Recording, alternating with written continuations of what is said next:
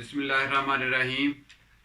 मैं हूं गुलाम मुर्ज़ा पुरसोता और आज हम फैसल महमूद ऑफिशियल चैनल पर मौजूद हैं और बहुत सारी डिस्कस करेंगे जो हमारे मुख्तलिफ टॉपिक्स के ऊपर है। फैसल साहब से आज पूछते हैं। फैसल महमूद पीएचडी स्कॉलर हैं, तो बहुत सारी बातें आज से पहले आपने इनकी वीडियोज़ में देखी होंगी।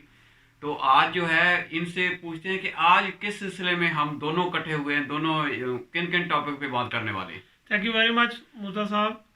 नाज़रीन, आज हम एक मुस्बत पॉइंट ऑफ व्यू से यानी ऑप्टिमिस्टिक पेसिमिस्ट नहीं होंगे, नाउमीद नहीं होंगे, क्योंकि ये इंसानी जबिलत है। बिलखसूस ये जो खिता पाकिस्तान है यानी सब कॉन्टिनेंट के लोग हैं, ये नेगेटिविटी को मनफी रुझानात को ज़्यादा सुनना चाहते हैं, जो कि बहुत सारे ये हमारे टॉप रजीम है जो एंकर्स की, वो यही करते हैं कि लोगों को ज़्यादा नेगेटिव बताते हैं, जिससे लोगों में एक पेसिमिज़म क्रिएट हो रहा है। आज हम ये जो टॉपिक्स आज के हैं, ये हम मतलब एक मल्टीपल टॉपिक्स हैं, यानी दुनिया की सूरत हाल, दुनिया में क्या नए मौज़ूआत जन्म ले रहे हैं और क्या नए किरदार हैं, और बिलखसूस पाकिस्तान के पॉइंट ऑफ व्यू से कि यानी पाकिस्तान की करंट सिचुएशन और करंट सूरत हाल क्या है, लेकिन एक पॉजिटिविटी से। यानी हम ये नहीं कह रहे कि हम हुकूमत वक्त के कोई मतलब उनके कोई मतलब पैरोकार हैं या उनको कोई तारीफ़ें कर रहे हैं, नहीं। हम बातों को मुस्बत तरीके से बयान करेंगे और मुख्तलिफ टॉपिक्स हैं। हमने इसको पेपर वर्क किया है, अपनी रिसर्च की है, उस पॉइंट ऑफ व्यू से हम आपको इसके पर रोशनी डालेंगे। और चलें जी, आज हम ना सिलसिला शुरू करते हैं सवालात का फैसल साहब से। तो बगैर वक्त ज़ाया किए, तो मेरा पहला इनसे क्वेश्चन है कि पाकिस्तान में डैम तो बहुत बन रहे हैं और बिजली भी पैदा हो गई है, तो पावर सोर्सेज कहाँ से आ रहे हैं? नहीं, ये बेसिकली ये क्वेश्चन ये होना चाहिए कि बिजली हमारी करंटली पूरी हो रही है, यानी लोड शेडिंग बहुत कम है, रूरल एरियाज़ में भी बहुत कम है। लेकिन सोचने वाली बात यह है कि इस दौरे हुकूमत से यानी 2018 के बाद पाकिस्तान में कुछ मतलब नए रिसोर्सेज जो यानी जिससे डैम यानी थर्मल पावर जो सबसे चीप प्राइसेस पे बिजली मिलती है, तो पाकिस्तान में यानी जनरल यूब के दौर से यानी 60 से 70 के दरमियान पाकिस्तान के 2-3 बड़े डैम यानी मंगला और तरबेला बने हैं। लेकिन उसके बाद पाकिस्तान में पावर जनरेशन नहीं हुई। वो कहते थे कि पाकिस्तान की ज़रूरत से ज़्यादा बन गए हैं। सिर्फ बेनज़ीर दौर में हबको कंपनी के साथ हमने मुआहदा किया था या बिजली प्राइवेट तौर पर पैदा करने का, यानी प्राइवेट जनरेशन के लिए। वो हबको कंपनी का मुआहदा भी 2006 में ख़त्म हो गया था। 2006 में हमने उनसे रिक्वेस्ट की, जिससे वो एक साल उन्होंने मज़ीद पावर जनरेशन प्राइवेट तौर पर पैदा किया, हमारे नेशनल ग्रिड में शामिल हुई। लेकिन 2008 से उनसे मुआहदा ख़त्म हो गया। पीपल्स पार्टी ने कोई नया मुआहदा नहीं किया, कोई मतलब नए सोर्सेज नहीं पैदा किए। अमर बादशाह डैम का प्राइम मिनिस्टर गिलानी साहब ने इफ्तिताह किया, उसके बाद नवाज शरीफ साहब ने भी किया, लेकिन वो मार्ज वजूद में क्यों ना आया? क्योंकि हमारे पास पैसे नहीं थे। $6 बिलियन से ये शुरू हुआ, $9 बिलियन पे चला गया और करंटली ये $13 बिलियन का बन गया है।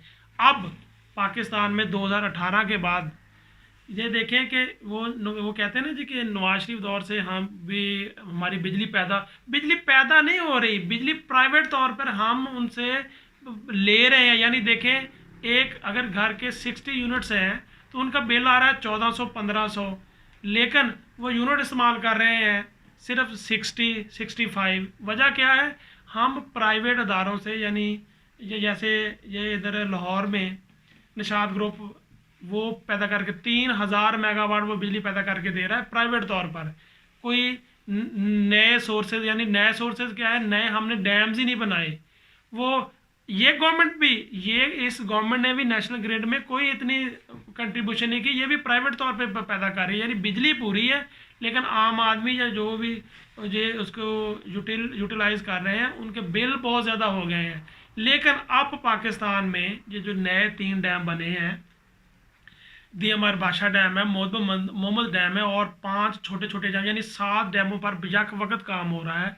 और अल्लाह के यहाँ उम्मीद रखनी चाहिए कि ये जो अशरा है, इस डेकेड में 2028 तक ये तीनों मुकम्मल हो जाएंगे और नेशनल ग्रिड में ये शामिल हो जाएंगे। ये इमरान खान का, उसकी पार्टी का, उसकी सोच का एक बड़ा ही मजबूत काम है। यानी हम इसको समझ नहीं रहे कि हम प्राइवेट तौर पर बिजली पैदा हो रही है, ना कि हमारे नेचुरल तौर पर यानी थर्मल पावर से हमारे नेशनल ग्रिड में ये जो देवमर बाछा डैम है, जब 5,000 मेगावाट बिजली शामिल करेगा, तो ये बिजली दरअसल पूरी होगी।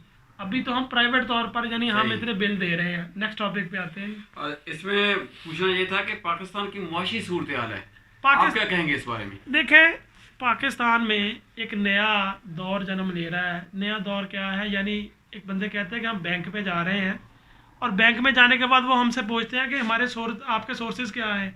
ये पाकिस्तानियों के लिए कि नया ट्रेंड है, नया क्वेश्चन मार्क है। क्यों कहते हैं हम सोर्सेज क्यों बताएं? यानी गवर्नमेंट का ये एक गवर्नमेंट की एक सोच पनप रही है कि ज़्यादा से ज़्यादा लोगों को टैक्स पेयर्स बनाएं।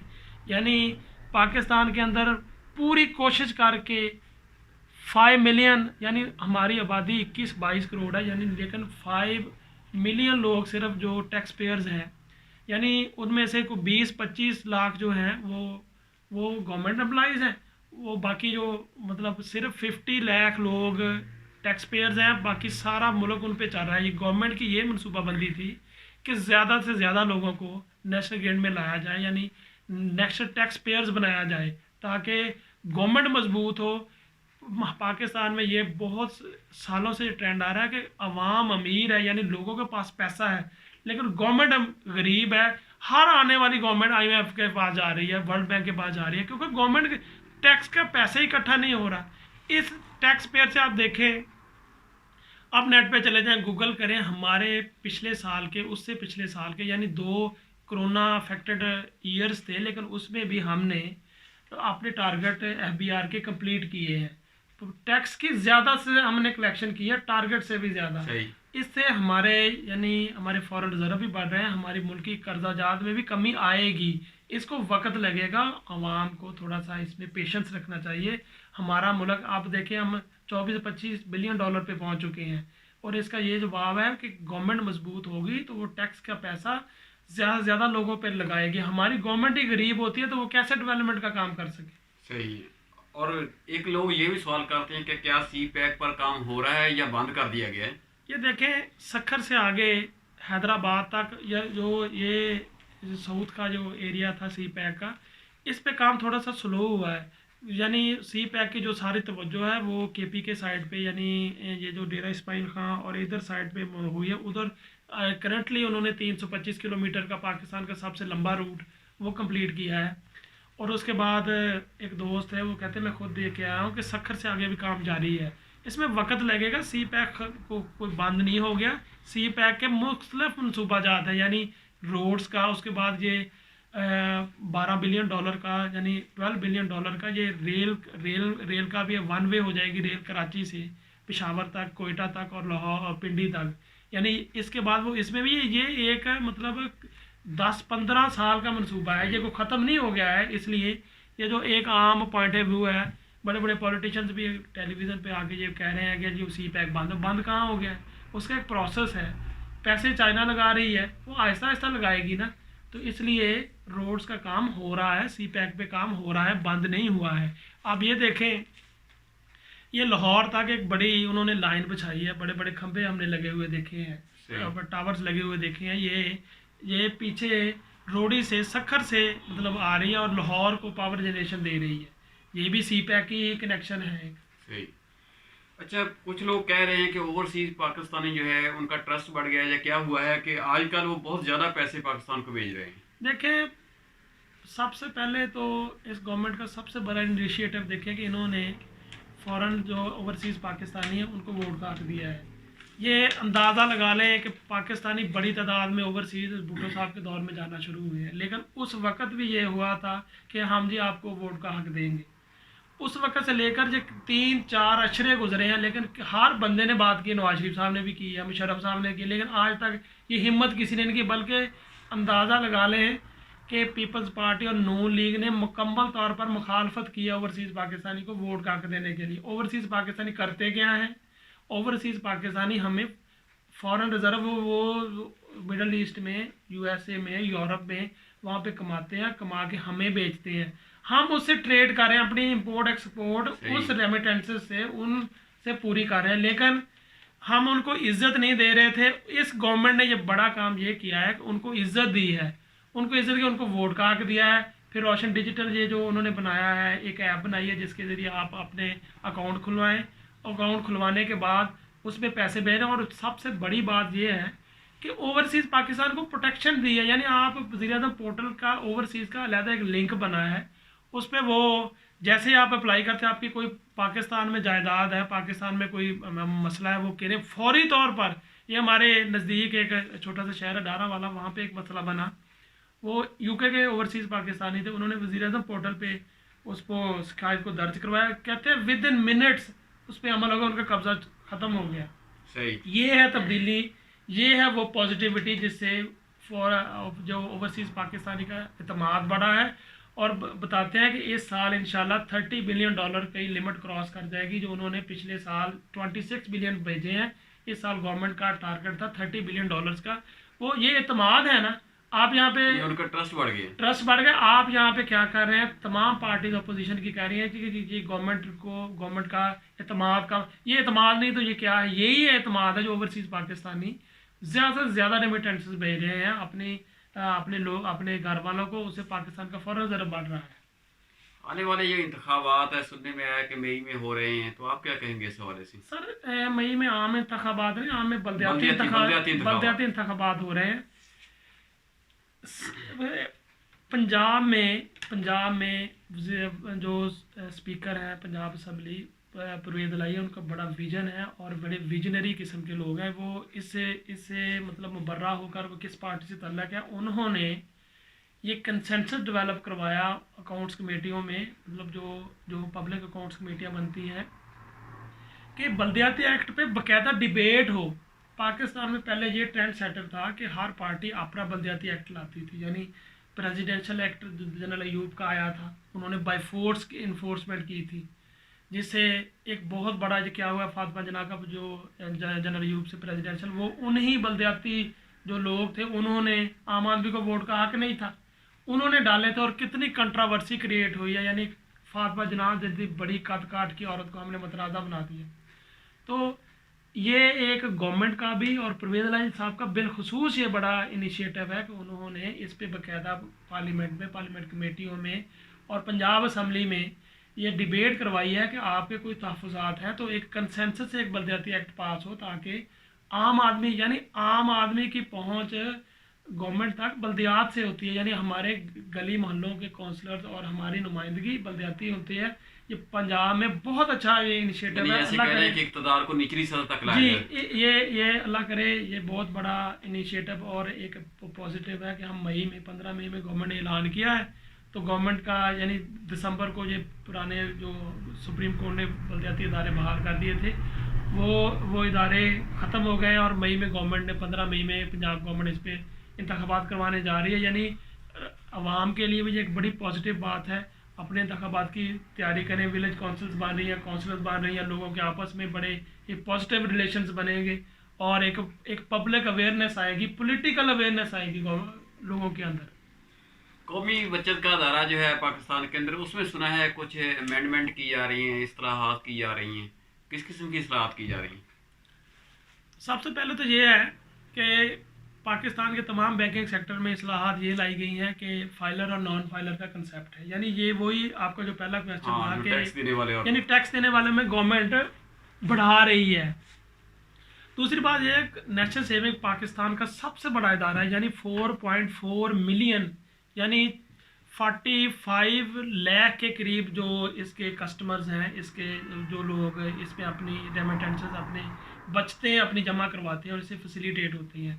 इसमें बड़ी इस्लाहात गवर्नमेंट ये ला रही है कि अंदाज़ा लगा लें कि इस दौर में भी इसका एटीएम वजूद नहीं है। नेशनल सेविंग का गवर्नमेंट ये कर रही है कि इसका एटीएम ला रही है। यानी आप किसी भी एटीएम मशीन पे और नेशनल सेविंग की एटीएम मशीन जाएंगे और जाके अपने पैसे निकाल सकते। पहले क्या आते हैं जी, वो टिकटें संभालनी पड़ती हैं, वो चेक्स, वो प्रॉफिट के जो पड़ते हैं। और नेशनल सेविंग में मोस्टली बुजुर्ग अफराद हैं, ओल्ड एज लोग ज़्यादा हैं जो कारोबार नहीं कर सकते, काम नहीं कर सकते। तो ये एक बहुत बड़ा इनिशिएटिव है। यानी नेशनल सेविंग के उन्होंने परसेंटेज भी बढ़ाई है प्रॉफिट की, और उन्होंने एटीएम लॉन्च किया है यानी बहुत जल्द 1-2 माह में उन्होंने तारीख दी है, डेट दी है कि ये मार्च अप्रैल में ये फुली फंक्शनल हो जाएगा। यानी नया माली साल, बैंकिंग सिस्टम ये भी काम करेगा, यानी नया माली साल जो आएगा फुली फंक्शनली हो जाएगा। पाकिस्तान का सबसे बड़ा ये इदारा है फाइनेंशियल तौर पर, 4.4 मिलियन ये अपने खातादार रखता है। तो इसलिए ये गवर्नमेंट का एक बड़ा इनिशिएटिव और बड़ा इकदाम है। वज़ीर आज़म इमरान खान की तरफ से एक अपील की गई है प्राइवेट अदारों को कि आप अपने जो मुलाजमीन एम्प्लॉय जो हैं उनकी सैलरी में इजाफा करें, तो आप क्या कहेंगे इस हवाले से? देखें, गवर्नमेंट के सिर्फ 2 मिलियन यानी 20 लाख गवर्नमेंट मुलाजमीन हैं, तो गवर्नमेंट उनको उनकी मतलब पेज में इंक्रीज़ कर सकती है। लेकिन आम आदमी जो दिहाड़ीदार है, जो या वो छोटी छोटी मुलाजमतें करते हैं, तो प्राइम मिनिस्टर का ये बहुत अच्छा इकदाम है।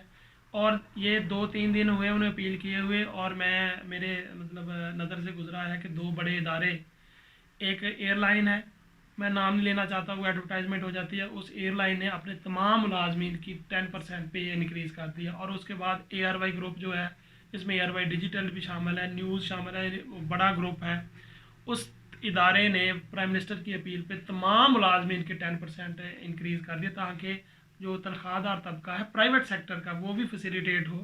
ये प्राइम मिनिस्टर का बहुत बड़ा इकदाम है। यानी हमें मॉरली तौर पर भी हम यानी एक आदमी जो कि 20,000, 25,000, 30,000 लेता है, उसके लिए ये 10% इंक्रीज़ बहुत बड़ी मतलब उसके लिए है कि यानी उसके डेली रोज़मर्रा के अखराजात को बड़ी फैसिलिटेशन आ जाएगी और आम आदमी इससे फैसिलिटेट होगा। ये बड़ा इकदाम है गवर्नमेंट का। और मेरी भी ये अपील है कि प्राइम मिनिस्टर की अपील से आप तमाम बड़े ग्रुप्स, पाकिस्तान में बड़े बड़े ग्रुप्स हैं, ये एग्री करें और एग्री करने के बाद अपने मुलाजमीन को फैसिलिटेट करें। सही। और PSL और IPL ये पाकिस्तान में ब्रांड बनते जा रहे हैं, इस पर कोई रोशनी डालें? पाकिस्तान का सर ब्रांड है PSL, पाकिस्तान सुपर लीग, और इंडियन प्रीमियर लीग, इसकी इन दोनों की ये 2 दुनिया में यानी बिग बैश, PSL, IPL, ये 3 बड़े ब्रांड हैं। 2020 क्रिकेट दुनिया में मकबूल हो रही है। और जब 2014 में ये इदारा वजूद में आया तो BBC ने भी इस पर एक रात डॉक्यूमेंट्री की है, मेरी नज़र से गुजरी है। वो कहते हैं कि ये पाकिस्तान का ब्रांड बन चुका है। यानी वो कहते हैं कि $50 करोड़ इसकी अभी वर्थ है। आम आदमी ये समझता है कि स्टेडियम्स खाली हों तो यानी वो कोई मुआवजा नहीं आ रहा, कोई इनकम नहीं हो रही। और आपके लिए ये बड़ी एक जनरल नॉलेज की बात होगी कि सिर्फ स्टेडियम में जो लोग देखने आते हैं वो 5% सिर्फ वो क्रिएशन पे करते हैं। 95% ब्रॉडकास्टर उनको पेश करते हैं, जो टीवी पे लोग देखते हैं उनके लोग जो राइट्स लेते हैं। हाँ, एडवर्टाइजमेंट आती है। अब ये देखें कि IPL है, IPL 2009 से फंक्शनल है, उसके 14-15 एडिशन हो चुके हैं और दुनिया की महंगी तरीन लीग है। 10 टीमें उसमें, 8 थी 10 हो गई हैं। पाकिस्तान की सिर्फ 6 टीमें हैं। लेकिन इन दोनों लीग्स का जो आउटपुट आ रही है वो आप देखें। ये करंटली जो 2020 वर्ल्ड कप हुआ है उसमें पाकिस्तानी फार बेटर परफॉर्मेंस दी है इनसे। और इस साल के 2021 के जो मतलब टॉप के मतलब परफॉर्मर वो पाकिस्तानी हैं। और आप ये देखें कि 2020 का बेस्ट प्लेयर रिजवान हमारा है, ODI का best player of the year वो हमारा है, बाबर आजम है। टेस्ट प्लेयर वो यानी प्लेयर ऑफ द ईयर वो शाहीन शाह अफरीदी है। और ODI और 2020 के जो कैप्टन हैं वो पाकिस्तान, यानी ये PSL की ही बाई प्रोडक्ट्स थी जिससे ये लोग आम आदमी आ गए। और मेरे ख्याल में PSL IPL से फार बेटर है। यानी बेहतरीन ये क्रिएशन कर रही है टैलेंट की, और टैलेंट को सामने ला रही है और पाकिस्तान का नाम दुनिया में रोशन कर रही है। और उसकी जीती जागती और बेहतरीन मिसाल ये है कि गवर्नमेंट ने बहुत, इमरान खान का अच्छा है कि एक क्रिकेट खेलने वाला और समझने वाला शख्स उन्होंने PCB का चेयरमैन लगा दिया, रमीज राजा साहब। और उसकी आउटपुट देखें कि ऑस्ट्रेलिया की टीम 25 साल बाद पाकिस्तान के मुकम्मल टूर पे आ रही है। उसके बाद इंग्लैंड आ रही है, न्यूजीलैंड आ रही है, वेस्ट इंडीज़ आ रही है। ये क्या, ये PSL के ब्रांड और रमीज राजा की पॉजिटिव सोच का नतीजा है कि पाकिस्तान का दुनिया में इस PSL ने इमेज बेहतर किया है। सही। अफगानिस्तान जो है उसकी मौजूदा सूरत हाल और उसमें पाकिस्तान अब क्या किरदार अदा कर देखिए, पाकिस्तान ने पिछले दिनों तमाम मुस्लिम कंट्रीज़ के जो फॉरेन उनके अपना फॉरेन मिनिस्टर से वज़ीर ख़ारजा उनकी एक कॉन्फ्रेंस इस्लामाबाद में मुनक्कद की थी। प्राइम मिनिस्टर ने उससे यानी किया, उन्होंने कहा कि हमारा हमसाया है, हमारा जैसे हम और इंडिया के लोग एक ही वर्जन से तल्लक रखते हैं, यानी हमारी पार्टीशन हुई है, इसलिए हमारा जो KPK और बलूचिस्तान है, ये मानी पख्तून लोग बहुत बड़ी तादाद में अफ़गानिस्तान रहते हैं। हम लोगों के आपस में रिलेशंस हैं, रिश्तेदारियां हैं, आना जाना है चमन बॉर्डर के ज़रिए मुकम्मल उनकी। और दूसरी बात यह है, अफ़गानिस्तान एक लैंड लॉक कंट्री है, यानी उसकी कोई वो मुकम्मल तौर पर घिरा हुआ है खुश्की में, उसकी कोई अपनी पोर्ट नहीं है। वो पाकिस्तान की पोर्ट इस्तेमाल करता है, वो ट्रांसपोर्टेशन पाकिस्तान की करता है। और 2-3 करोड़ आबादी है। प्राइम मिनिस्टर की ये अपील थी कि एक इंसानी अलमिया यानी भूख का और ख़ुराक की कमी का आ सकता है, पाकिस्तान उसकी भरपूर मदद कर रहा है। उसने पूरी दुनिया से अपील की है कि जब से तालिबान ने इसको कंट्रोल किया है, पूरी दुनिया ने उसका बाइकाट किया। पाकिस्तान के प्राइम मिनिस्टर ने ये अपील की है कि इनका बाइकाट ख़त्म किया जाए, इन पर जो सैंक्शंस हैं वो ख़त्म किए जाएँ। और सैंक्शंस ख़त्म करने के बाद ताकि ये मतलब अफ़गानिस्तान भी दुनिया के मंजर यहाँ पर है और वहाँ पे है। और जो पाकिस्तान के अंदर बहुत सारी सूरत हाल थी, बिलखसूस मुशर्रफ दौर से कि दारंदाजी होती थी, वो बहुत बड़ा इकदाम है कि आर्मी ने मुकम्मल तौर पर बाढ़ लगाई है। वो दारंदाजियाँ हो रही हैं, शारंगेज़ी हो रही है, लेकिन पाकिस्तान का ये पॉजिटिव है कि जैसे वो बाढ़ कंप्लीट हुई, आप देख लें कि पाकिस्तान में जो दहशतगर्दी हमले थे वो बहुत ज़्यादा कम हो गए हैं, बल्कि ना होने के बराबर ख़त्म हो गए हैं। और ये वही गवर्नमेंट का बिलखसूस इस गवर्नमेंट का पॉजिटिव इकदाम था कि हम अफ़गानिस्तान से और उस ग्रुप से अपने तल्लुकात अच्छे रखें और ट्रेड में और उनको फैसिलिटेट करें। और मुस्लिम उम्मा से बिलखसूस इमरान खान ने ये प्राइम मिनिस्टर ने ये अपील की थी कि आप हमें फैसिलिटेट करें, हम इनके खुराक के लिए हम भी अपनी कंट्रीब्यूशन, और गवर्नमेंट ने बहुत सारी उनको इमदाद भेजी हुई है, मुसलसल भेज रहे हैं। तो ये था अफ़गानिस्तान का इशू। अब उज़्बेकिस्तान और काज़ाकिस्तान की आपस में जंग, और पाकिस्तान इसमें क्या रोल प्ले कर सकता है? देखें, ये जो 10 ममालक रशिया से यानी सोवियत यूनियन जब टूटा है 1990 मतलब लेट 80s में, तो ये 10 रियासतें वजूद में आई थी। यानी 1990 का जो अशरा था उसके अवाइल में ये मार्ज़े वजूद में आई हैं, लेकिन ये हिस्सा थी सोवियत यूनियन का। रूस का इस पर बड़ा किरदार है। ये जो 10 कंट्रीज़ हैं ये रिच हैं, बहुत ज़्यादा अमीर हैं, नेचुरल रिसोर्स यानी गैस पैदा होती है, बहुत ज़्यादा गैस और तेल के रिसोर्स, ऑयल रिसोर्स हैं। तो ये उज़्बेकिस्तान के साथ हम भी हमसाए हैं, यानी हमारा थोड़ा सा एरिया जो है बिल्कुल थोड़ा सा पाकिस्तान का वो टच करता है। यानी इन दोनों ममालक की जो आपस में जंग है ये पूरे खत्ते पे असरअंदाज होगी। रशिया इसमें किरदार अदा कर रहा है, पाकिस्तान का भी इसमें किरदार है। और उन्होंने पाकिस्तान ने अपील भी की है कि दोनों ममालक मुस्लिम ममालक हैं, आपस में जो जंग है वो सारे खत्ते को मुतासर करेगी। और ये जो मतलब यानी देखें, ये जो गैस और ऑयल का रिच इनके पास रिसोर्सेज मौजूद हैं, लेकिन इनको ये फैसिलिटेट नहीं कर रहे, ये एक्सपोर्ट नहीं दुनिया को कर रहे। तो इसलिए अगर ये इनका बेहतरीन फैसिलिटेशन और आपके लिए ये भी एक बड़ी बात होगी कि ये मोस्ट करप्ट कंट्रीज़ में ये काज़ाकिस्तान आता है। सही। तो आम आदमी गरीब है, इसलिए इनकी जंग आम आदमी को बहुत ज़्यादा मुतासर करेगी, खत्ते की सूरत बड़ी ख़राब हो। तो ये था काज़ाकिस्तान उज़्बेकिस्तान की लड़ाई का इशू। नेक्स्ट मेरा क्वेश्चन है आपसे कि यूक्रेन की जंग, रूस और यूरोप, ठीक है, और नेटो का किरदार, इसको थोड़ा सा यूक्रेन define एक, क्योंकि रशिया का एक जो वेस्टर्न मगरबी हिस्सा है वो यूरोप के साथ कनेक्टेड है। वो आप तारीखी तौर पे देखें कि जो USA की यूनाइटेड स्टेट ऑफ अमेरिका की एक रियासत है अलास्का, ये तारीखी तौर पर यानी ये 18वीं सदी के लेट में 1882 या समथिंग 88 में रशिया ने ये उनको सेल कर दी थी अलास्का की रियासत।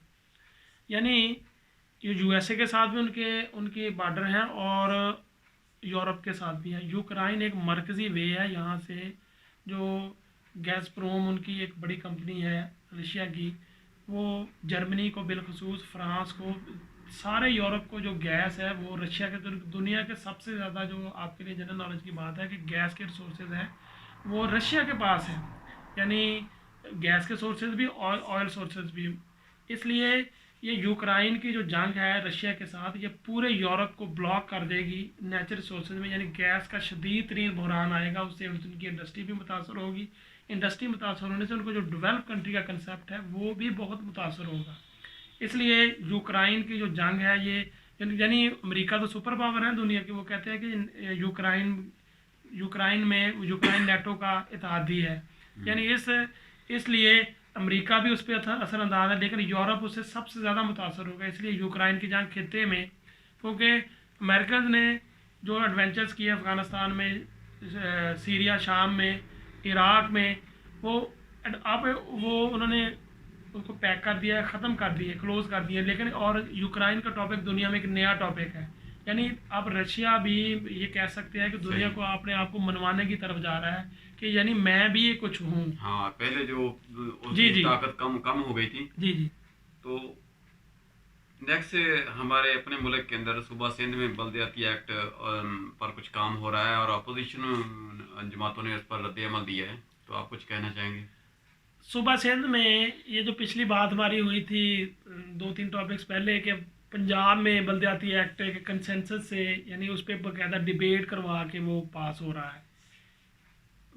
सिंध गवर्नमेंट ने ये बहुत बड़ी फाश गलती की है कि उन्होंने, उनकी क्योंकि अक्सरियत है, 2/3 मेजॉरिटी है, उन्होंने अपने तौर पर ये पास करवा लिया।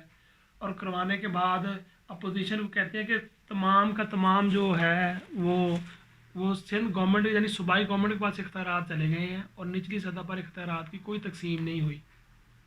इसलिए इस पर बहुत ज़्यादा उन्होंने एहतजाज किया है। MQM ने बाकायदा धरना दिया है और उस धरने में पुलिस की शेलिंग और लाठी चार्ज से एक डेथ भी हो चुकी है। बहुत बड़ा सही। मसला बना, यानी अगर यही बात कंसेंसस से एक डिबेट करवा ली जाती तो बेहतर थी, लेकिन ये बल्दियाती इंतखाबात सिंध के एक बहुत बड़ा हंगामा क्रिएट हुआ है। यानी वो कहते हैं कि जी उन्होंने जो बल्दियाती एक्ट है उसमें रूरल एरियाज़ को ज़्यादा रखा है, हालांकि सिंध की ज़्यादा आबादी कराची, सखर, शहरी आबादी ज़्यादा है, इसलिए शहरों को उन्होंने इग्नोर किया है। और उन्होंने उनको ना बजट में ज़्यादा हिस्सा है और ना उनको कोई इख्तियारात दिए, यही है। और ये पीपल्स पार्टी का मैं कहता हूँ एक बहुत बड़ी गलती है जो उन्होंने बल्दियाती एक्ट लैक ऑफ प्लानिंग है। जी जी तो पाकिस्तान के अंदर आप देखते हैं कि चीनी और खाद का बड़ा बहरान चल रहा है, तो क्या इसके बाद गंदम जो आने वाली है उसमें भी ये बहरान पैदा होगा, जो हुकूमत के लिए ये तो एक बहुत बड़ा लम्हा फिक्रिया है? जी बिल्कुल जी, ये एक लम्हा फिक्रिया है गवर्नमेंट के लिए कि गवर्नमेंट पहले देखे कि बहरान आया चीनी का, चीनी 100-150 तक गई है और गवर्नमेंट ने बड़ी मुश्किल से उसको किया। और गवर्नमेंट का भी मैं कहता हूँ किरदार है। और कुदरती क्रशिंग सीज़न आ गया, नवंबर में पहले स्टार्ट हो गया और जैसे ही नई चीनी आई मार्केट में, यानी चीनी गई कहीं नहीं थी, वो ब्लैक हो गई थी। पैदा तो उतनी होती हमारी ज़रूरत के मुताबिक, वो ब्लैक हो गई थी। वो जो ज़ख़ीरा तो हैं बड़े बड़े उन्होंने किए हैं और बाद में आम आदमी मुतासर हुआ है उसने। ये हर रोज़ इस्तेमाल होने वाली चीज़ है हमारी रोज़मर्रा की, यानी परशेबल गुड्स हैं, हमारी रोज़मर्रा की यूटिलिटीज़ में इस्तेमाल होती हैं। और उसके बाद ये DAP, और पहले DAP खाद का बहरान आया और अब यूरिया का आया है। यानी आप ये देख लें कि खादों की मोस्टली दुकानें बंद हैं और ब्लैक में चली गई है। जो 900,000 की यूरिया खाद थी वो 2500-2600 में मिल रही है। ये मैं कहता हूँ ये गवर्नमेंट के लिए भी लम्हा फिक्रिया है कि उन्होंने कमांड एंड कंट्रोल नहीं रखा और ये ब्लैक में चली गई और लोगों ने इससे पैसे कमाए हैं।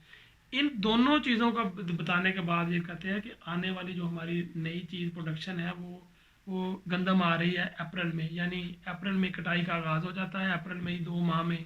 वो ये गवर्नमेंट के लिए अभी से ये लम्हा फिक्रिया है कि जो दोनों चीज़ें दोबारा फिर ये स्टोर होगी। जो ज़ख़ीरा दोजों ने चीनी और खाद से कमाया ये फिर कमाएंगे। गवर्नमेंट अभी से तैयारी रखे कि ये गंदम जो है आटे के रेट्स बहुत ज़्यादा बढ़ जाएंगे। गंदम का रेट पिछले साल 2800-3000 तक गया है, इस साल बताते हैं अगर ब्लैक में गंदम चले गई तो ये 4000 तक चले जाएगी। तो ये गवर्नमेंट के लिए अभी से लम्हा फिक्रिया, इसकी तैयारी रखे और गंदम का बहरान ना पैदा हो, क्योंकि महंगाई जो है वो आम आदमी के लिए वो पहुँच से दूर होती जा रही है चीज़ें, इसलिए ये भी एक लम्हा फिक्रिया है। तो गरीब आदमी के लिए बहुत बड़ा मसला बन सकता है। जी जी। तो अब देखें, अगर ऐवानों के अंदर कि सादा अक्सरियत के बावजूद दोनों ऐवानों में बिल पास हो रहे हैं, स्टेट बैंक इस्लाहाती एक्ट अपोजिशन और सिर्फ एक वोट से हार गई, तो इसके बारे में आप क्या कहेंगे, वो किसका वोट था? ये देखें कि गवर्नमेंट ने तमाम बिल्स 30 के करीब बिल पास किए और नेशनल असम्बली से पास करवाने के बाद उन्होंने ये जो स्टेट बैंक के इस्लाहती है वो वहाँ पे लगाया। और आपके लिए, आम आदमी के लिए बड़ी एक अजूबा होगा कि ये जो एक वोट की आप बात कर रहे हैं, जो सेनेट में यानी अपोजिशन एक वोट से आ रही है, हालांकि अपोजिशन की अक्सरियत है सेनेट में, वो leader of the opposition Yusuf Raza Gilani साहब की अब्सेंस थी, उनकी गैर हाजिरी थी, ये उनका वोट था, जिससे ये यानी वो कहते हैं कि जो ये गवर्नमेंट ने एक फाइनेंशियली तौर पर स्टेट बैंक को वो इंडिपेंडेंट कर रही है। तो ये, हालांकि ये एक गवर्नमेंट का अच्छा इकदाम है, यानी गवर्नमेंट ने जो नोटों की छपाई है वो पहले गवर्नमेंट करवाती थी, गवर्नमेंट के थे, अब उन्होंने कहा नहीं, हम स्टेट बैंक को इंडिपेंडेंट कर रहे हैं, स्टेट बैंक अपनी ज़रूरत के मुताबिक नोट छापेगा। तो ये इकदाम तो अच्छा, लेकिन अपोजिशन क्रिटिक्स कर रही है, लेकिन उसके बाद गवर्नमेंट की कामयाबी ये देखे कि उन्होंने वो एक वोट से कामयाबी हासिल की और वो लीडर ऑफ द अपोजिशन के, ये एक सस्पेंस है और अपोजिशन के लिए लम्हे फिक्रिया है। यानी अगर वो एबसेंट ना होते तो शायद कोई वो गवर्नमेंट हार जाती, हाँ, गवर्नमेंट ने ये हार देना था, लेकिन एक सस्पेंस की बात है कि लीडर ऑफ द अपोजिशन ही गायब है। फीमेल जस्टिस है आयशा, और इसको बतौर जस्टिस सुप्रीम कोर्ट जो बना दिया गया है, इसकी एंट्री हुई है, तो क्या कहेंगे इस बारे में? पाकिस्तान की तारीख में वो मुकन्ना यानी कानून का सबसे बड़ा कानून की इम्प्लीमेंटेशन का इदारा जो सुप्रीम कोर्ट ऑफ पाकिस्तान है, जिसे अगेस्ट कोर्ट कहा जाता है, उसके अंदर एंट्री जस्टिस आयशा मलिक यानी पंजाब की जो कंट्रीब्यूशन है, इस पे पिछली 2-3 माह पहले भी जुडिशल काउंसिल का अजलास हुआ था, लेकिन वो उसमें वो ना हो सका, दोबारा अजलास हुआ है। उसमें ये क्वेश्चन मार्क ये था कि सीनियरिटी के तौर पर जस्टिस आयशा मलिक चौथे नंबर पे आती थी, लेकिन उन्होंने जो सुप्रीम जुडिशल काउंसिल जिसके सरबराह अपना सुप्रीम कोर्ट ऑफ पाकिस्तान के चीफ हैं जस्टिस गुलजार साहब, उन्होंने दोबारा से इस पर डिबेट कर यानी सुप्रीम जुडिशल में डिस्कस किया और 5-4 की अक्सरियत से इसको अप्रूव करवा के पार्लियामानी कमेटी ने भी वो कर दिया और सदर पाकिस्तान ने भी इसमें नोटिफिकेशन जारी कर दिया है, इसकी अप्रूवल दे दी उन्होंने, अप्रूवल दे दी है।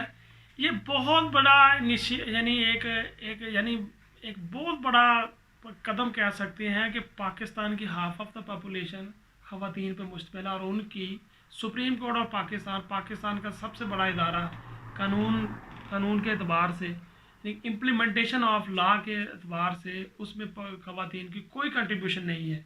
और जस्टिस आयशा मलिक ना सिर्फ कि उसकी मेंबर बनी है, बल्कि ये 2030-31 में पाकिस्तान की चीफ जस्टिस भी बनेगी।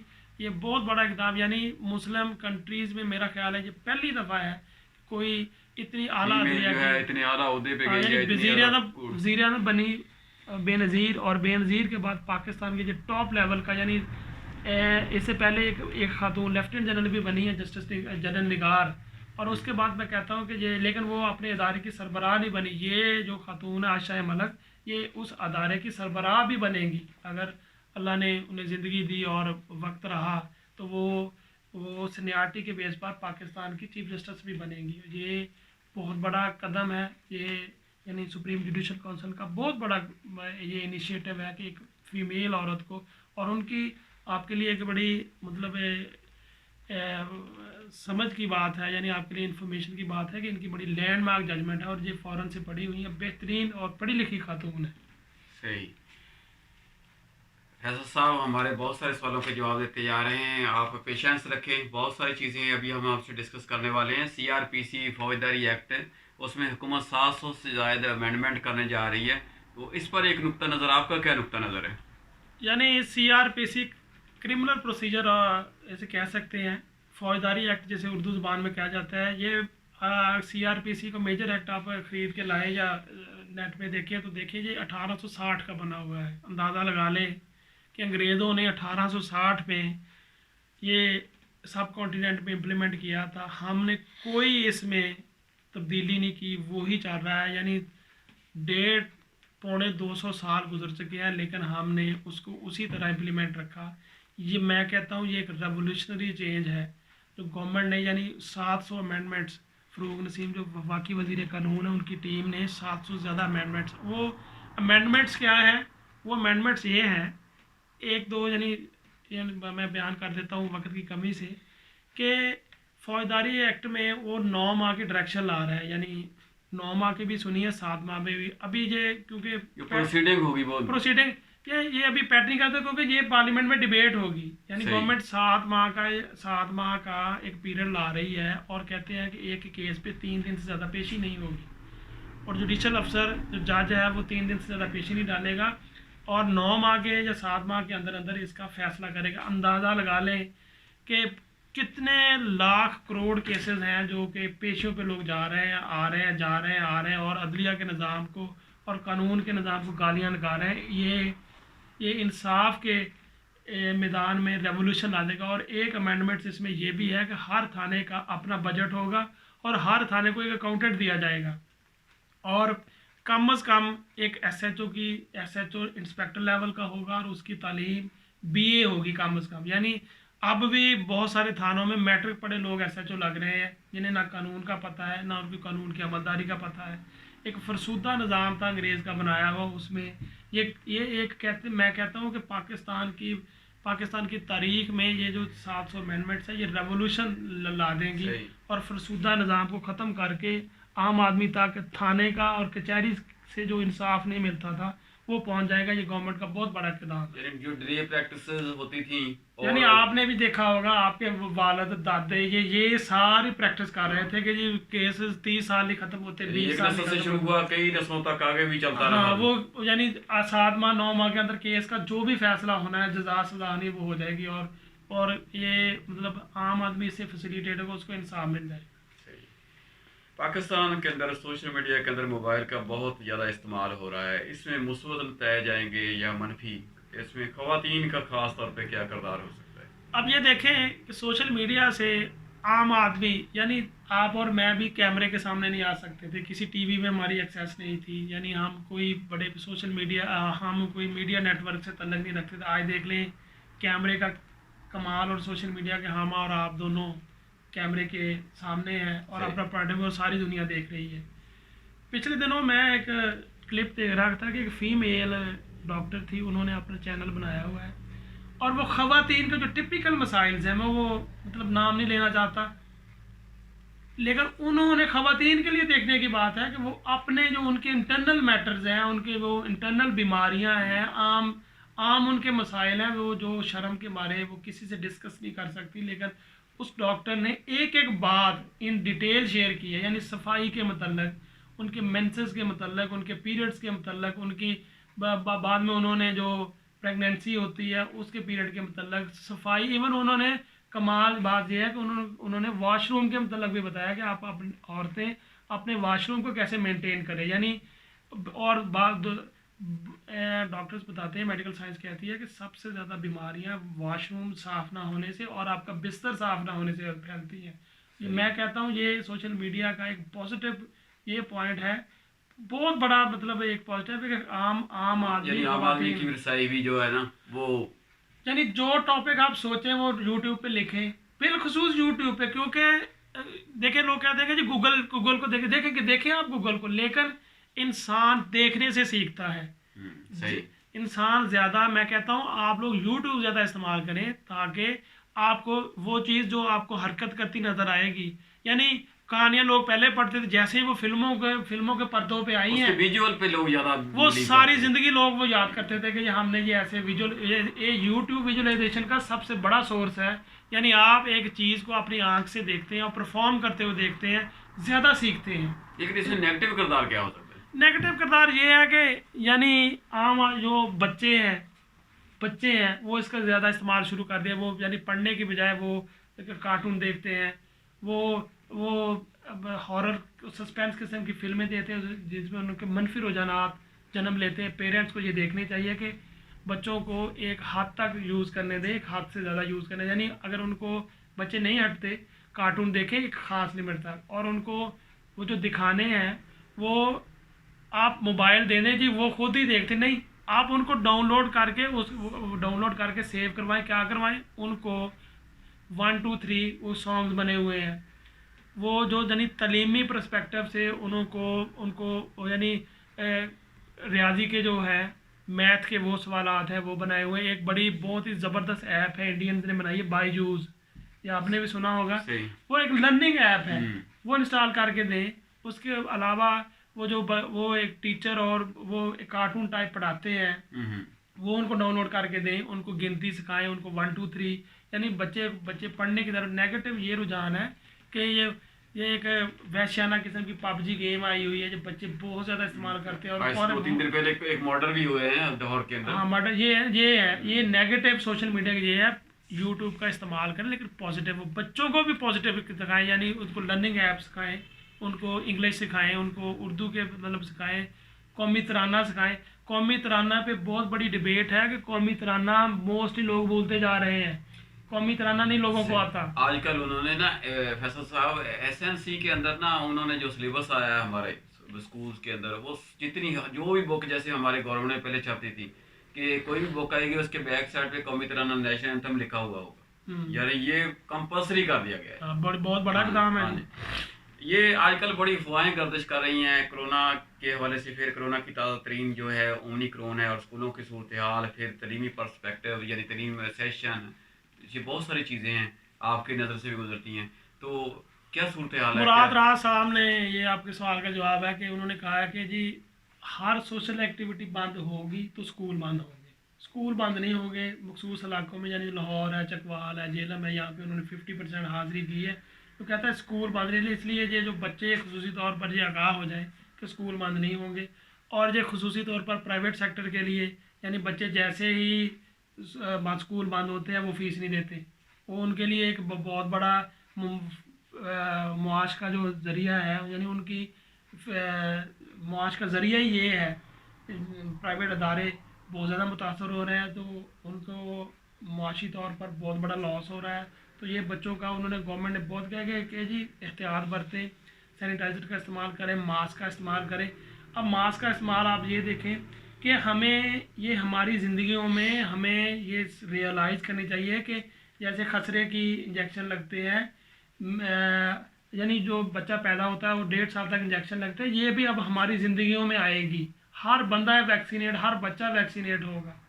तो लेकिन उससे बच्चे जैसे ही वैक्सीनेट होंगे उनको यानी अल्लाह बेहतरी करे उनको नहीं आना पड़ेगा, इसका शिकार नहीं होना पड़ेगा। लेकिन आम आदमी, आप ये देखें कि मैं अपने पॉकेट में मेरी आदत बन चुकी है, यानी ये मैं रखता हूँ अब मास्क। तो मास्क का इस्तेमाल बेहतर होगा। स्कूल बंद नहीं होंगे, उम्मीद करता हूँ कि गवर्नमेंट नहीं करेगी, तो बच्चे ये रियलाइज़ करें और अपनी पढ़ाई पे तवज्जो दें। सही।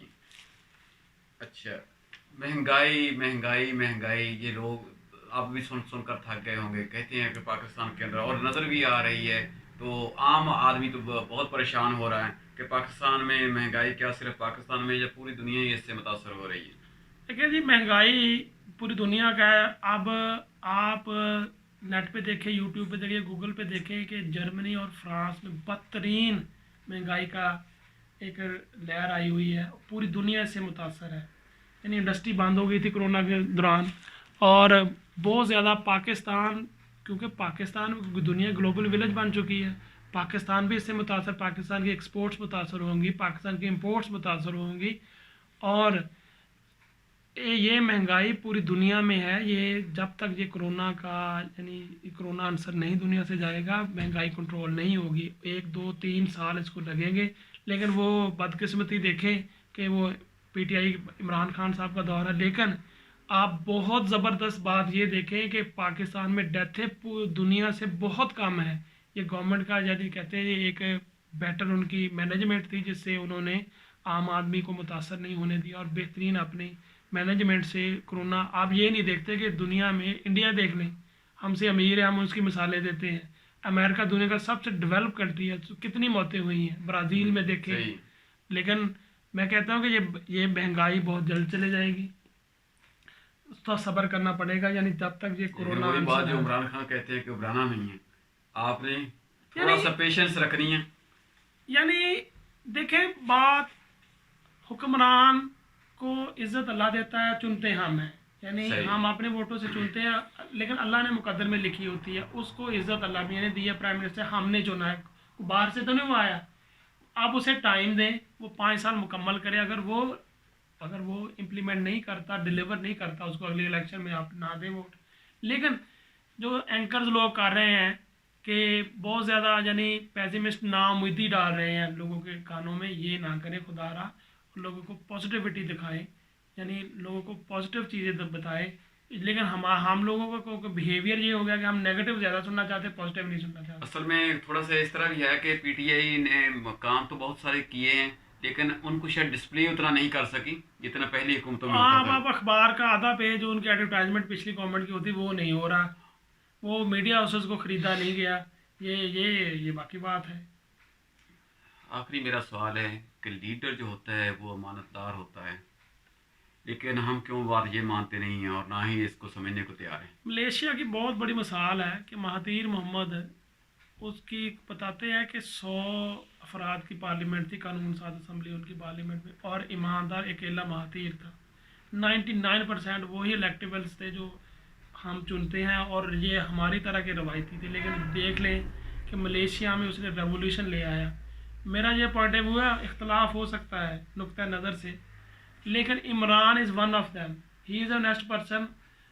आम आदमी की जो जो एक आदमी की लेवल ऑफ थिंकिंग होती है, वो उससे बड़ा आदमी है। उसकी तमाम ख्वाहिशात पूरी है। उसने शोहरत देखी, उसने वर्ल्ड कप जीता, उसने हर चीज़ देख ली, दौलत देख ली, लेकिन अब वो डिलीवर करना चाहता था। वो आया है, हमें उन्हें वक्त देना चाहिए। सही। वो नेक्स्ट पर्सन है। आप देख लें कि कितनी क्रिटिकल और ये वीडियोज़ और ऑडियोज़, लेकिन कोई क्वेश्चन मार्क उसकी ऑनेस्टी पे आया है कभी? मुल्क बेटर होगा, मज़ीद बेहतर होगा। उसको टाइम दें, उसको इम्प्लीमेंट डिलीवर करने दें। दुआ करें कि ये शख्स दोबारा आए। ये एक गैर रवायती आदमी है, ये रवायती पॉलिटिशियन नहीं है। जब तक हम अपने रवायती पॉलिटिशियन को ले आएंगे, ये खुद लूट के अंदाज़ा लगा लें कि हमारे जो पुराने प्राइम मिनिस्टर हैं उनका जीना मरना पाकिस्तान में रह, वो बाहर रहे हैं। इलाज वो खांसी तक का इलाज बाहर जाके करवाते हैं। ये दोनों पाकिस्तान की, जो मैं नाम नहीं लेना चाहता, बड़ी पार्टीज़ हैं, इनकी कोई चीज़ पाकिस्तान में नहीं। जब इन पे बुरा वक्त है, ये बाहर चले जाएंगे, सुकून से आराम से रहेंगे। लेकिन इमरान खान देख ले, यहीं रहा है, यहीं सब कुछ है उसका। तो इसलिए उसके बच्चे और बीवी, उसको उन्हें डिवोर्स दे दिया, वो बाहर सेटल्ड है, वो यहाँ पाकिस्तान में है और यहीं रहेगा। इंशाल्लाह हमें उम्मीद रखनी चाहिए पाकिस्तान प्रोग्रेस की तरफ जाएगा और बेटर कंट्री, दुनिया में एक डेवलप कंट्री का मैयर्स अपनाएगा। विजन उसका ये देख लें कि उसने, वो पहला शख्स है जिसने दुनिया में ग्रीन कंसेप्ट, यानी दुनिया में दरख्त उगाने का, यानी दुनिया में ख़त्म हो रहे हैं तमाम, यानी यूएनओ में भी ये डिस्कस हुआ है कि पाकिस्तान के प्राइम मिनिस्टर का कोई ग्रीन इनिशिएटिव है, यानी सर सबज। कल एक मिनिस्टर था उनका माहौलियात के मतलब, वो सऊदीया का, वो पाकिस्तान आया है। उसने कहा कि जी हमने 10 अरब दरख्त लगाने हैं, यानी 10 अरब दरख्त का मिडल ईस्ट में और सऊदी अरेबिया में, वो पाकिस्तान से सीखने आई है। ये देख लें, इससे आप देख लें उसकी पॉजिटिविटी। सही। उम्मीद करता हूँ नाजरीन, आपने आज हमारा जो इंटरव्यू हमने किया है तो बहुत पसंद आया होगा। अगर ये अच्छा लगे आपको, कोई बात आपके जहन में हो, तो आप हमारे कमेंट्स बॉक्स में उसको ज़रूर लिखिएगा। कोई नई चीज़ जो आप हमसे पूछना चाहते हैं। फैसल महमूद साहब हमारे साथ जुड़े हुए हैं। फैसल महमूद ऑफिशियल को आप सब्सक्राइब करना, हमारी इस वीडियो को लाइक करना, शेयर करना ना भूलिएगा। तो हमारी एक एक बात नाले पे मबनी है, विदाउट बेस, विदाउट लॉजिक हम कोई बात नहीं करते। तो इंशाल्लाह ताला हमारी आपस में मुलाकात का सिलसिला जारी रहेगा। Thank you very much. शुक्रिया जी।